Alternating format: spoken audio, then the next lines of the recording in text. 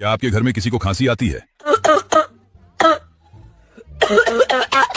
अगर आती है तो परेशान मत होइए, हमने अच्छों की सांसें बंद की हैं। तो ये खांसी किस खेत की मूल ली है? सबसे पहले एक ड्रम लीजिए, फिर उसमें 250 ग्राम सांड का ताजा गोबर डाल दीजिए एंड उसमें ऐड करें आधा कप मेंढक का गरम गरम मूत। हाँ सही सुना आपने। और 1 लोटा नाली के सुअर का दूध, 1 पैकेट नमक, 1 चम्मच मिर्ची और 1 लीटर छिपकली का खून और 1 किलो यूरिया। अब आपके बगल में मूसल पड़ा होगा, सिंपली उसको उठाकर इन सबको पीस दीजिए। पीसने के बाद दवा को 1 लोटा में निकाल लीजिए और जिसको खांसी आ रही हो सिंपली उसका मुंह खोलिए और चुंगी से दवा को पिला दीजिए।